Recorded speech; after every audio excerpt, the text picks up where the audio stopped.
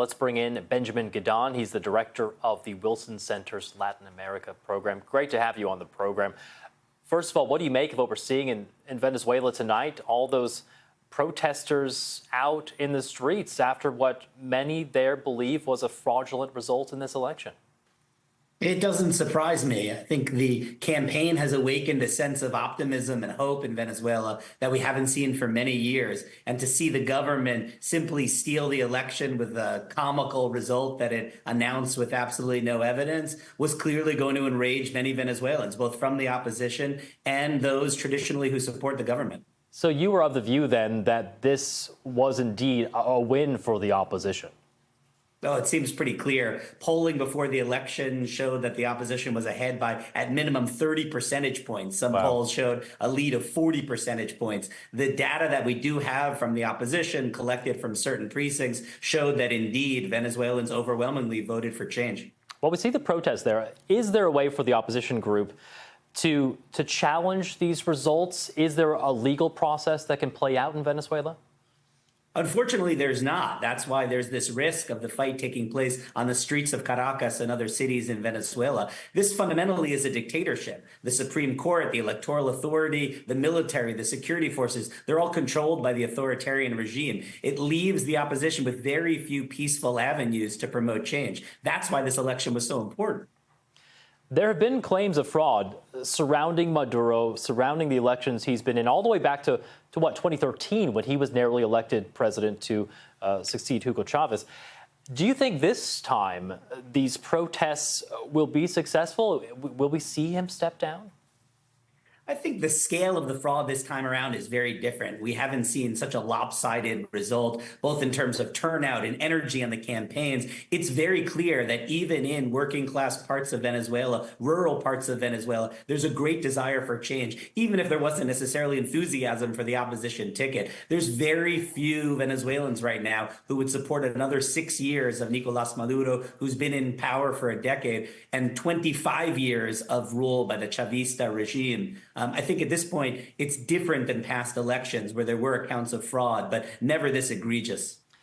We're hearing now that the Organization of American States will be holding a meeting on Wednesday. What do you make of that, and what kind of impact do you think that group could have, and also some of the other international pressure that we've been seeing? International pressure is an essential complement to what we see taking place in the streets of Venezuela post-election. The government really miscalculated in bringing this election forward. I think there was a sense in the corridors of power in Venezuela that if the playing field were sufficiently tilted in favor of the government, it might be able to win this election. And instead, its standing worldwide, and especially in Latin America, has really been damaged by this. And I'm not sure it can recover. The conversations that will take place at the Organization of American States will probably show near unanimity in the region, at least in terms of concern and disbelief about the announced results. What kind of leverage do you think the U.S. has and the White House when it comes to pressure on Venezuela? There are still obviously massive sanctions on the country. You know, we saw back in what was it, 2019 under the Trump administration, they backed Juan Guaido after he challenged the legitimacy of Maduro, and they kind of had to backtrack on that a little bit later. Could that complicate anything here?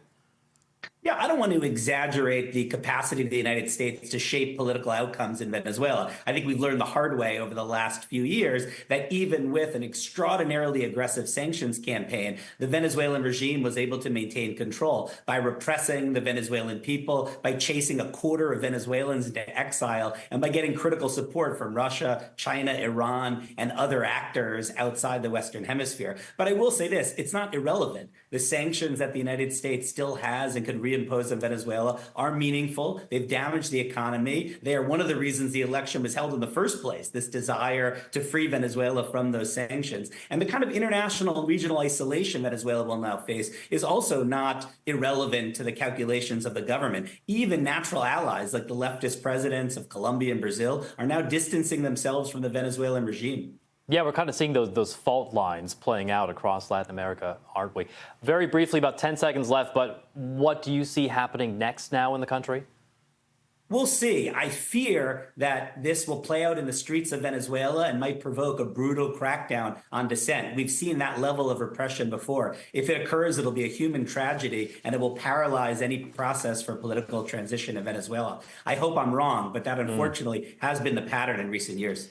Benjamin Gedan, director of the Wilson Center's Latin America program. Thank you very much for your thoughts. My pleasure.